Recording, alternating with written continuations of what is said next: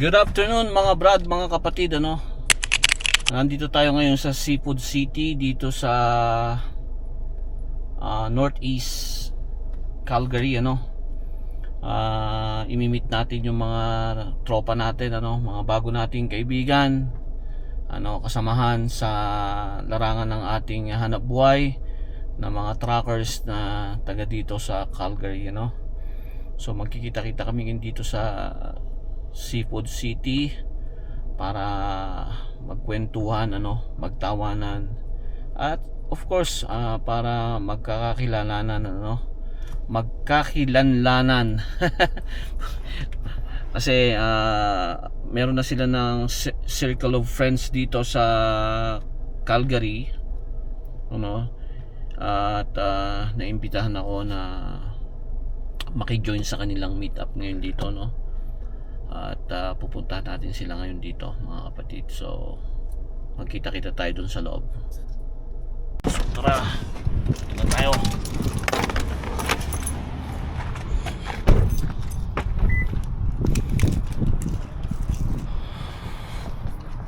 So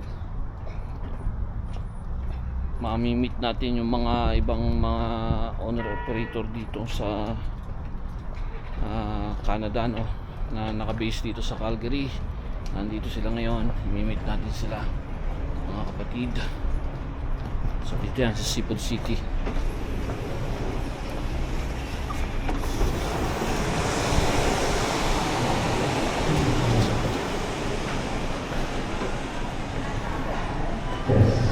Natin kung nasan sila.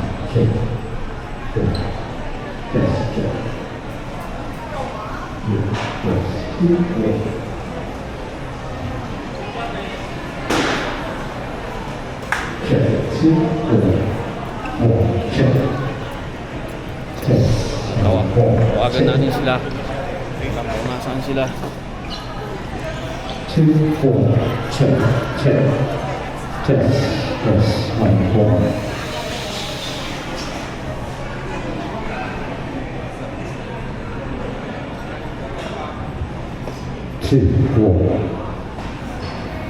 Tawagan natin sila, mga brad. Saan kayo banda? Ayun, ito na, okay na.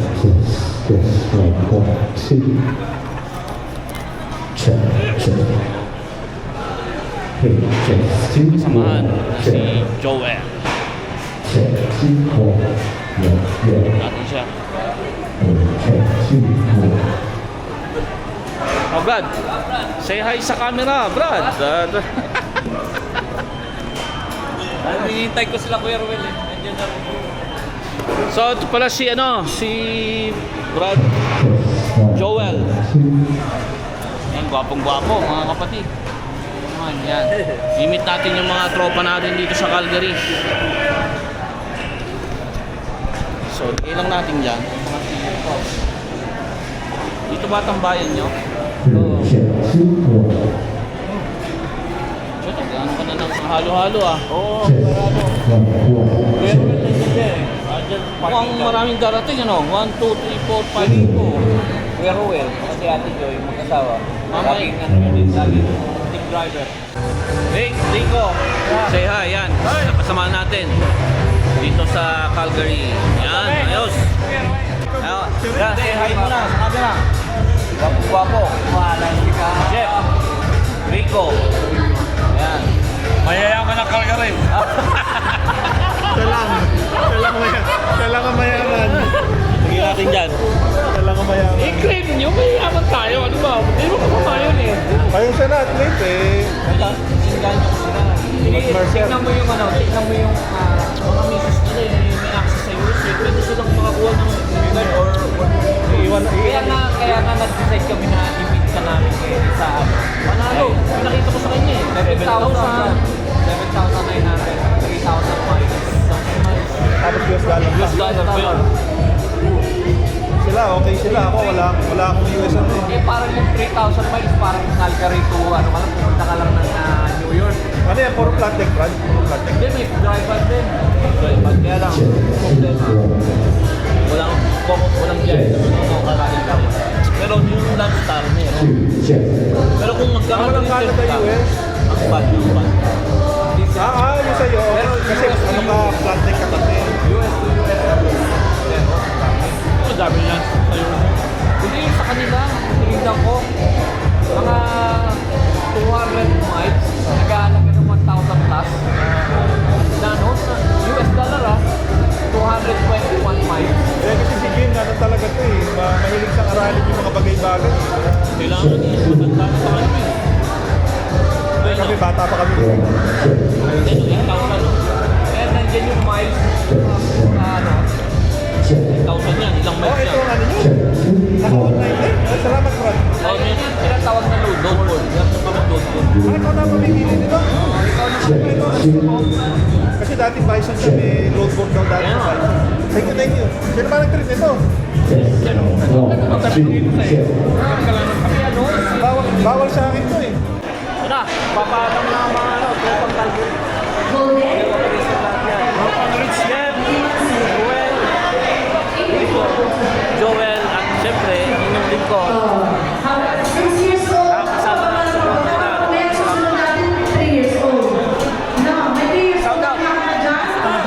Jump out to 14.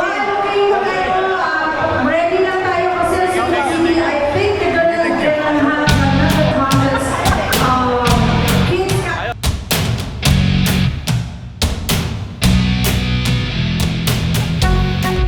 Ayan, good afternoon mga brad, mga kapatid. Dito na tayo sa Slave Lake, Alberta, no? I-pick up tayo ng ating load papunta ng Wisconsin, USA. First time kong mag-pick up sa area na to, no? Kahit sa dati kong company, never pa ako nakapunta rito. Let's see kung saan. Sabi may stop sign. Wala man ako nakikitang stop sign dito, no?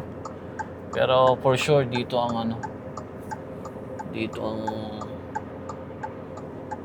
pick upan. Ewan natin ito kung ano, hindi naman nagsisenyas man lang to para malaman kung saan tayo pupunta.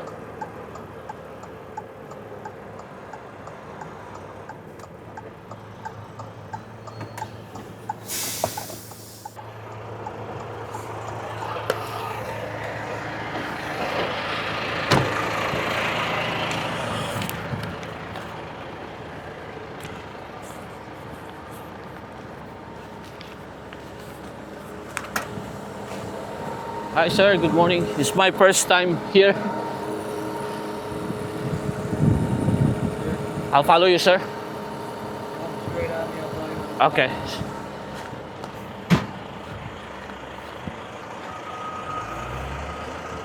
Wala. Mute yata mga tao rito, mga kapatid, no? Hindi. Ayaw lang mo magsalita nun. Paano ko siyang maiintindihan? Ay naku. Kamote. Alam kung saan ako pupunta nito. Siguro dito. Sundan ko na lang siya.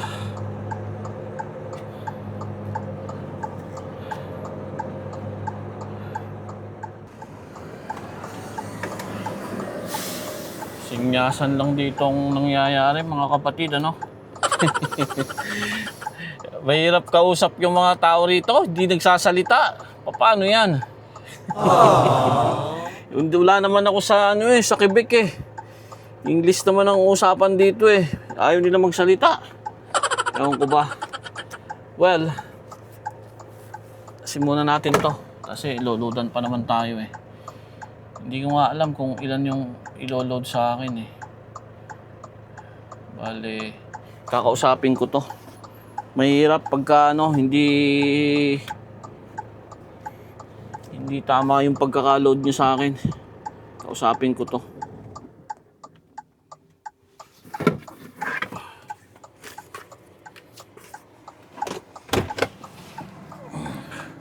Tatanungin ko siya. Ano?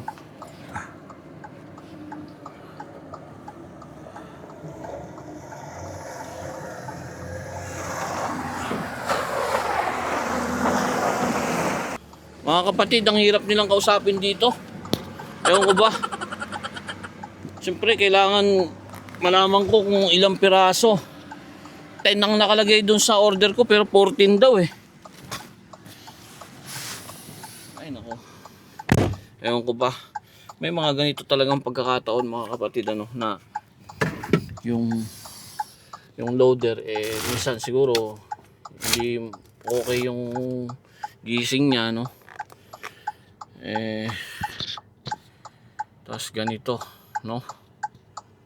Ewan ko kung anong problema niya.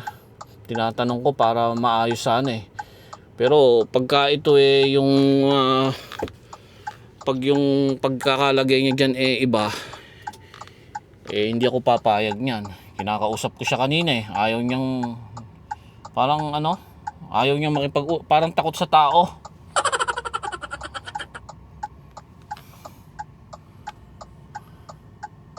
Kapag mabigat ang drive ko niyan, eh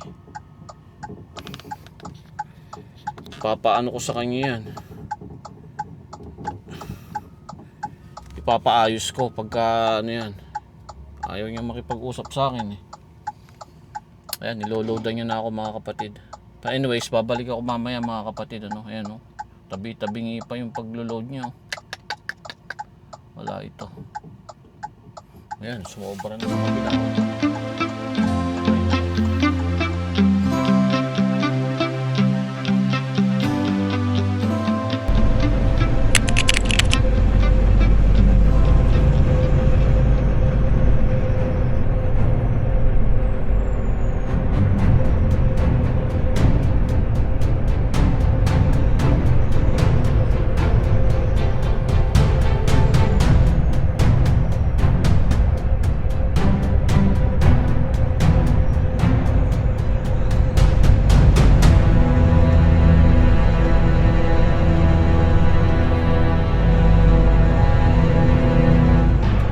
Dito tayo sa Sweetgrass, US border. Yung pagpasok naman ng Canada is ano, sa Coots, no? Coots. Kailangan tignan natin ito mabuti kasi mamaya mali yung mapasukan ko, no? Eh, dito tayo sa may ano, right lane is yung truck is sa right lane, ano. When lights flashing, use the lane, use left lane. Hindi naman tayo ano. Dito tayo mga kapatid. Keep right. Sa truck lane tayo, truck lane. Ayun, mayroong isang truck yun. Parking. Dito na tayo. I think kukuha tayo ng I-94 natin kasi mag-expired na yung I-94 natin sa 31, ano. Kailangan natin ng I-94 kasi yung Continue on the current road. yung I-94 mga kapatid is yan yung ano, meron akong visa, no, yung B1, B2 na visa for 10 years yun, ano. Yan yung tourist visa, no, B1, B2. And then tinatatakan yung passport, no, yung passport ko every 6 months ito, no. Kailangan merong I-94 and then magbabayad ka. Ngayon nagmahal na ang I-94, it's like $30 na yata, no.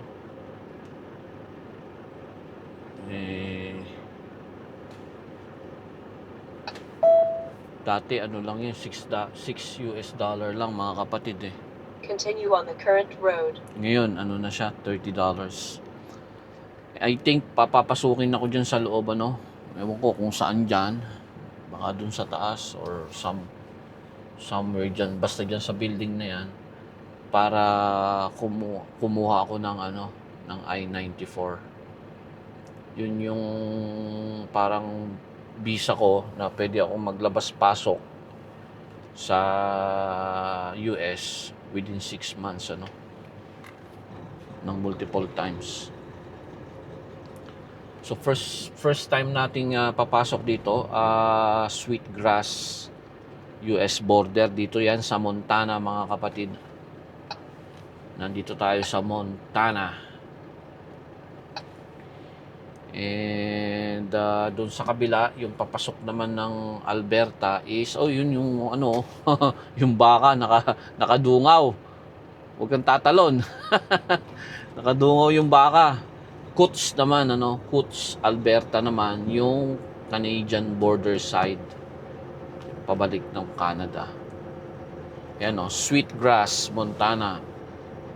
Matamis ang mga damo rito para sa mga baka, Marami rito yung cattle farm, dito sa Montana.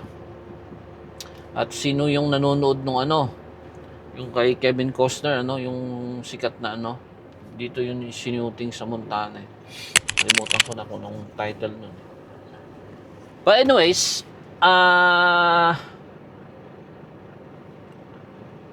tingnan natin kung anong pwedeng mangyari dito. Papatayin ko na tong camera kasi papasok na tayo dito sa booth, iniiwasan na natin mag-record kahit yung boses lang. So papatayin ko na to, mga kapatid. Ayan, mga brad, mga kapatid, tapos na tayo dun sa mainit ang araw sa mata. Tapos na tayo dun sa border, sa US border. Bale, pumasok tayo dun sa loob kasi kailangan nating kumuha ng I-94, pa-expire na kasi sa July 31 yung aking I-94. Yun yung every 6 months na itinatatak sa aking passport para makapaglabas-pasok ako ng US, Though yung B1, B2 na visa na kinuha ko sa US Embassy na itinatak sa aking passport, yung may foil yun, yung parang sticker siya, na visa, is for 10 years, mag-expire pa siya sa 2032. But then every time na papasok ako ng US, dahil truck driver ako, bali B1, B2 yung kinuha ko, meron silang ini-stamp dun sa aking passport na 6 months duration na kailangan bayaran ko ng $30 every 6 months para maglabas-pasok ako ng US. So natapos na yon. Bale, ang proseso nun is kukuhanan ka uli ng picture, bagong picture, and then bagong fingerprint, lahat ng daliri mo sa kamay. Yun ang ginawa ko dito. Pero dun sa Pembina is like isang kamay lang, pero dito both hands, lahat ng fingers kinuha nila. And then tinatakan nila ng 6 months ulit. So by January, ganoon na naman uli ang proseso. Babalik na naman ako doon para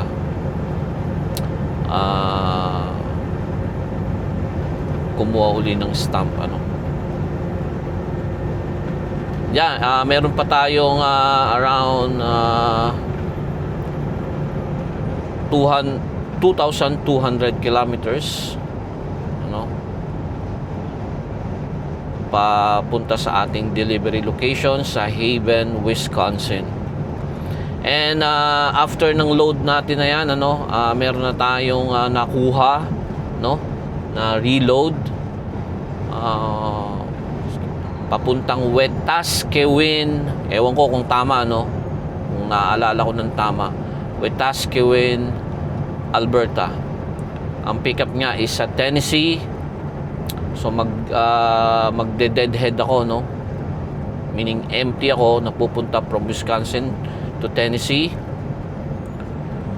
and then pipick upin ko yung load na yun papuntang Alberta. Okay lang na may deadhead kasi maganda naman yung rate ng load na yon. So okay lang. So yun. At bago ko makalimutan, nakipag-meet up nga pala ako sa mga bago nating kaibigan, kasamahan sa trabaho, mga owner operators na base dyan sa Calgary, Alberta sila, nag-meet kami sa Seafood City dyan sa Southeast, Northeast Seafood City, kaya shout out kay Brad Joel, Jeff, Ruel, Rico, at sa wife din ni Brad Ruel, shout out sa inyo, so nagkita-kita kami. Teka lang, baka may nakalimutan ako, si Joel, Jeff, Ruel, Rico, tapos ako, 5 kami, kasama lang yung wife ni Brad Ruel.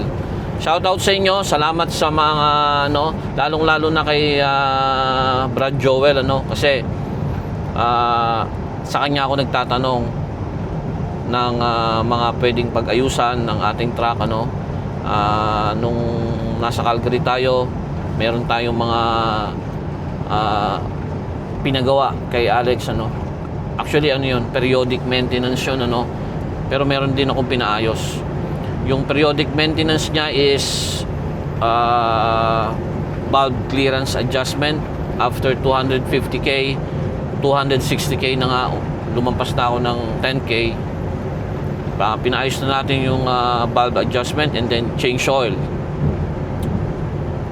And then nung after na sinaped ito, nagkaroon problema yung gulong ko. Kung sumusubaybay kayo, nakita nyo, kinakain yung gulong ko ng steer. So kailangan kong papalitan dahil yung one of side ng both tires is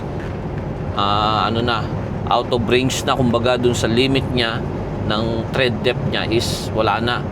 So pagka na pull over ako sa scale, ticket yan, and then out of service ako, So pinapalitan ko na 2 steer tire after 1 year and 3 months. Pinapalitan na ang steer tire natin, and then of course pag nagpapalit ka ng bagong gulong, kailangan mo magpa-alignment, So nagkaroon din ng wheel alignment, and then pinalitan ko 2 steer tire. So yun ang first major na malaking gastos kay Alex. Umabot siya ng almost 4k kasi 2.5 and then 1.3, so yun ang isang major na gastos natin, maliban dun sa pinalitan yung windshield natin. Anyways, kasama yan sa in doing business, lalo na sa trucking, kailangan agapan mo, para mas maiwasan mo pa yung parang yung sa steer tire ko, malaking penalty yan, di ba? Kasi kumbaga ma-out of service ka, and then mas malaki ang babayaran mo pag nagpapalit ka ng gulong na nasa kalsada ka at nasa loob ka ng US. Though basta kapag ka emergency repair, yan, palit ng gulong, mas mahal, so yun ang na-accomplish natin. And also nagpa-convert na ako ng lisensya ko from Manitoba to Alberta license na, mga kapatid, so mapapalitan na yung lisensya natin, hindi na magiging issue ng Manitoba kundi Alberta driver's license na, CDL. Mas maganda yung card ng Alberta, and pinalitan na rin nila yung driver's license number ko, kasi yung sa Manitoba is combination of letters and numbers, at may special character pa yung sa lisensya ko. Ngayon naalis na yon, bali pure numbers na lang. And yeah, yun ang mga tinrabaho ko, at konting bawas ng mga chains, mga binders, yung mga straps na hindi ko ginagamit, inalis ko, no, sa truck, kasi para mag-free ako ng some weights, ano, kasi medyo mabigat, hindi ko naman ginagamit yung iba, so inalis ko.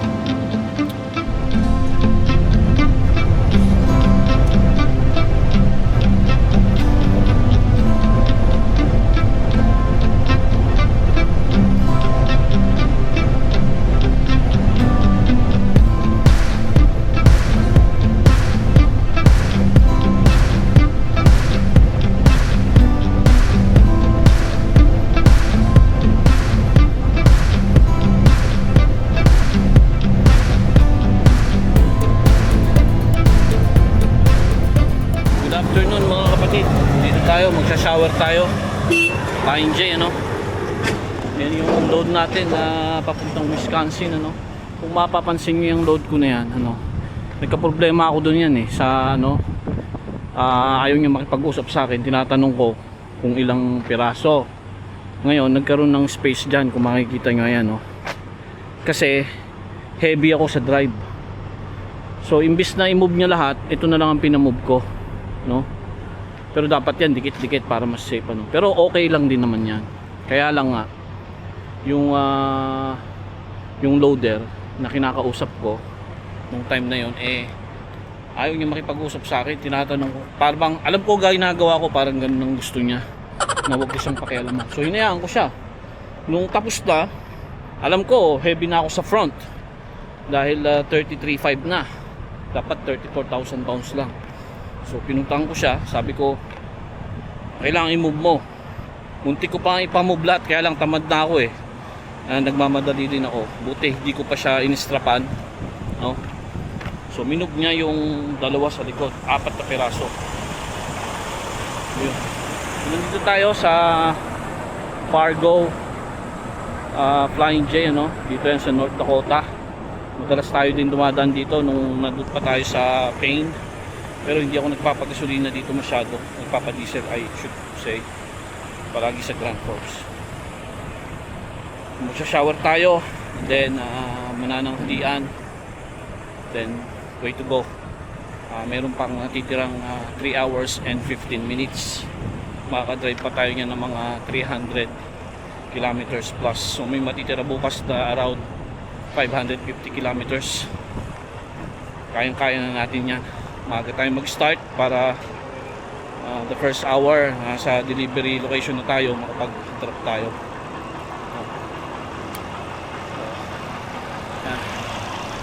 Alam ko madalas nyo makita sa mga vloggers dito, no, na truck driver, yung pinapaliguan namin na area dito yan sa Fargo. Wala naman pagkakaiba mga kapatid, no? Sobrang init, 35 degrees Celsius dito ngayon. Bira ako nagsasando, pero ngayon sobrang init kasi.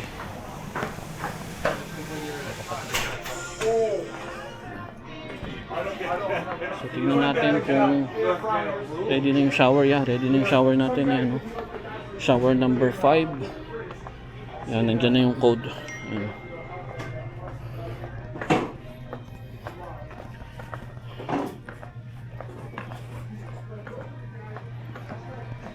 Shower 6, shower 5 ito. So i-enter lang natin yung code dyan. 41431. 414. Yung nag-green na. Ayan, bukas ito. Ayan. Okay.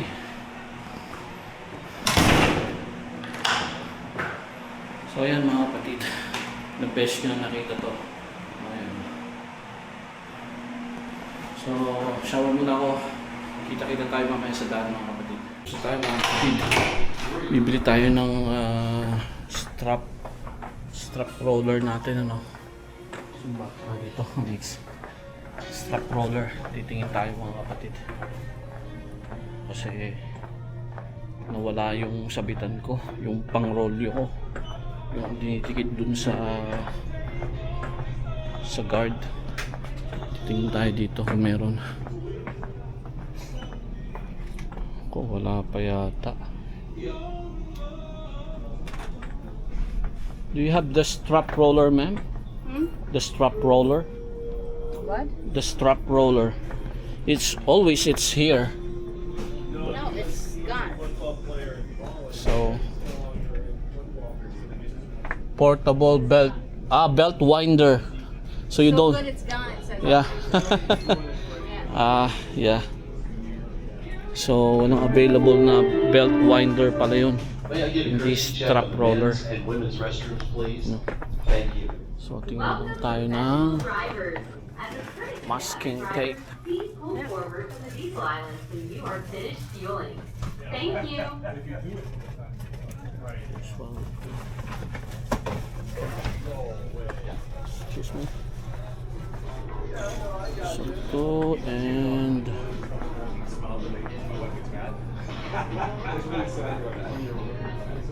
tingin tayo nung panlinis ng ating panlinis ng ating dashboard. Wala sila.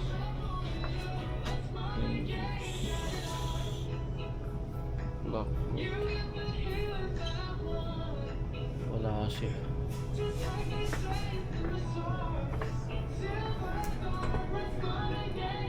Ito lang ang mabibili natin. Yep. Supposed to be cooler tomorrow though. Fingers crossed. Hopefully. Hopefully just rain. Gagamitin na natin ang points natin mga kapatid. Ano? Hi sir. Hello. Yeah, I'm gonna use my points here. Okay.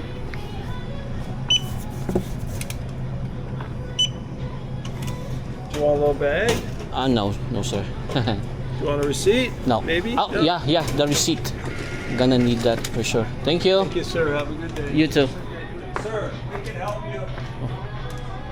So, ang nabili lang natin is ito lang. Pero wala tayong nabiling belt winder pala tawag nila doon. So ito lang ang nabili natin. So ano yan? One tape dock 8.99. Napakamahal pala nito, no? Pero nyo, ito lang. Pero points naman ang ginamit ko, no? So okay na din. Kasi points ko lang naman ang ginamit ko. Punta natin tong kaibigan natin na kasamahan ko sa Pain dati, no? Pilipino. Let's see. Punta natin siya. Kasi nagkasabay kami dito, no? Tingin ko palis na to. Yan. Yang Conestoga, yan. Siya yan. Samahan ko siya sa Pain. At nasa Pain pa rin siya ngayon. Siya ang pinakamatagal sa amin sa Pain, ano? Si Sunny. Ayan, no? Naka Eagle tarp system siya, no? Conestoga. Punta natin siya kung nandyan siya. Ayun ang load niya, makina. So tri-axle yan, no? Ang lupit ng ano ni Anderson, eh. No? Westlake yung kanyang gulong, oh. Ayan, nasa Pain pa rin siya, oh. Pain. No? Luzon! Ayun, oh, yun, oh, si Anderson.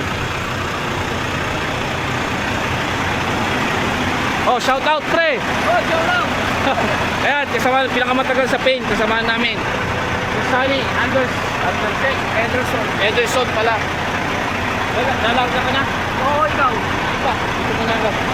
Kaya ayusin ako. Dali ko na ako eh. Okay. Oo. Oh, ingat sa biyahe. Shout out sa misis mo. Ito tayo sa Calgary. Okay, sige. Ingat sa biyahe, pre. Ingat ka. Okay, sige. Ayan, si Sunny. Ha? Sa Friday. Da-upload ko to bukas. So ayan si Sunny, kasamahan ko sa niyan, sa Pain, ano? Ganda. Owner operator din, sa kanya yung trailer na Conestoga. At yan, naka-Volvo rin siya, parehas kaming Volvo. So Brad, ingat. Hey. So ayun.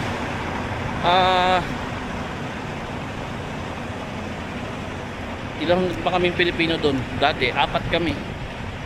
Si Manso, si Philbert, si Sunny, tapos ako. Si Bernie pa pala. Shout out kay Bernie. So 5 kaming Pilipino doon. Nabawas ako, so 4 na lang sila. Ayan yung load natin, ano. Kakaiba, naka-separate yung 4 na piraso. Kasi nga, mabigat na yung aking steer. Ang aking drive. Kaya yan, naka-separate. Ayan, si Alex. Madungis si Alex. Hindi pa naligo. No? Ayan. Okay. So, kita-kita tayo sa biyahe. Manananghalian lang ako. Then, biyahe na. Isang magandang araw. Ayan.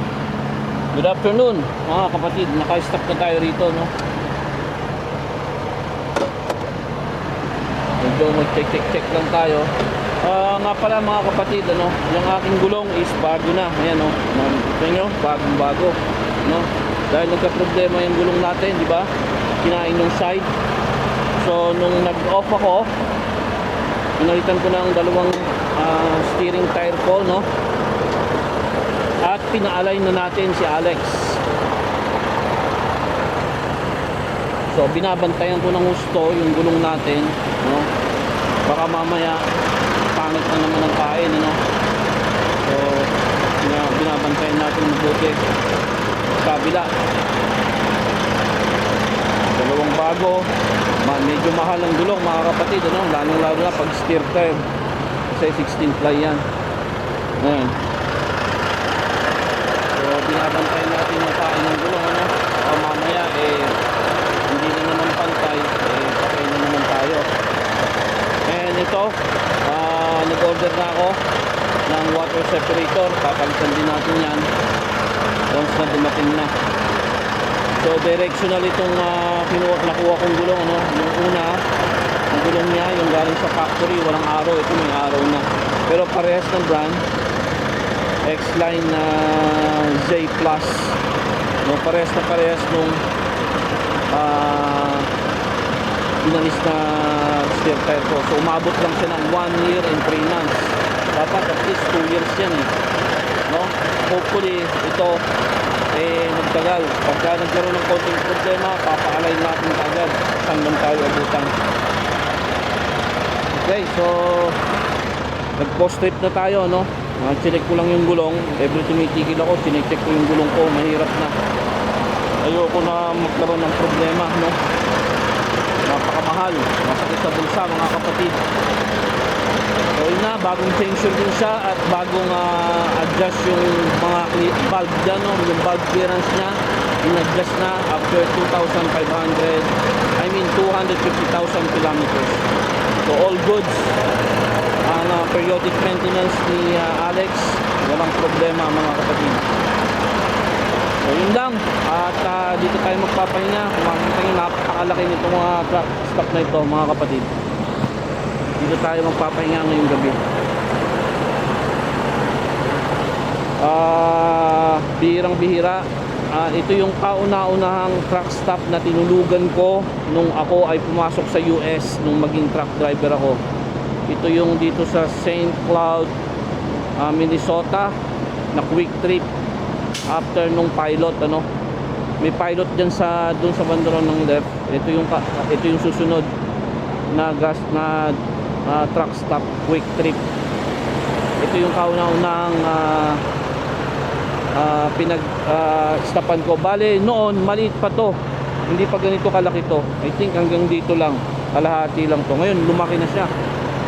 Lumaki na tong truck stop nito. And all goods yung ating load. Hindi siya gumalaw. Rado na natin to. Okay. And nakabili na ako ng metal ganito, cable tie na metal. So ilalagay ko na sa gitna yan. And then ito, alisin na natin to.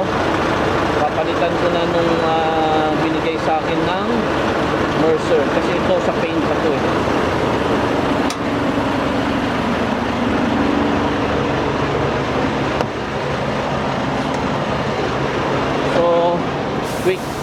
ikot lang, no? Post trip, mga kapatid, just to make sure na walang trouble para bago tayo matulog. Kung meron mang problema, alam na natin ngayon, pwede na tayong mag-decide kung ipapaayos natin or hindi, ano? Instead of mabibigla na lang tayo bukas ng umaga, meron palang flat na gulong, tumatagas pala yung hub oil, di ba? Merong hindi gumaganang ilaw, walang mud flap, bukas pa ng umaga natin malalaman. So napaka-importante rin ng post-trip inspection, just to make sure na everything is in place at working, no? Walang trouble. And then of course bukas pre-trip, all goods. So makakapagpahinga tayo ng mahimbing. Alam natin na walang problema kung tayo ay nag-shutdown ngayong gabi. So yun lang mga kapatid, kita-kita tayo bukas sa ating delivery sa Haven, Wisconsin.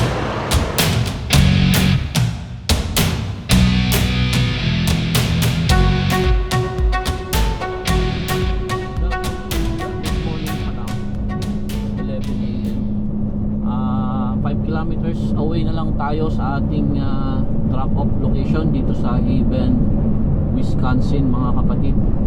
Ibababa na natin tong lumber na to, no? Softwood lumber. And then maganda, wala siyang tarp, mabilis lang yan. Tanggalin ko ng strap, then unload, then takbo na tayo kaagad ng Tennessee para Clarksville, Tennessee, para pick upin yung AC unit, ano, yung AC unit na isang unit lang. In 2 kilometers, turn right on County Route 4,500 pounds lang, no? Magang na magang lang. Papunta ng Wetawaskin yata yun. Taswa, basta Wetawaskin yata yun, papuntang Alberta yun, mga kapatid, ano? 3,200 kilometers ang layo niya, no? So babiyahin natin yun ng 4 na araw, ano? 3 kalahating araw to be exact, yun yung 3,200 kilometers. So yun lang muna mga kapatid ang update, ano, para meron akong ma-i-upload mamayang gabi at meron kayong mapanood bukas Biyernes. Tapusin ko na to dito, putulin ko na, then yung susunod is yung pag-pick up na ng AC unit, ano, yung air conditioning unit sa Tennessee. So tuloy-tuloy lang ang ating biyahe mga kapatid. Salamat sa inyong pagsubaybay at lagi yung tatandaan, mata sa kalsada, kamay sa manibela. Manibelang Pinoy, magandang araw sa lahat.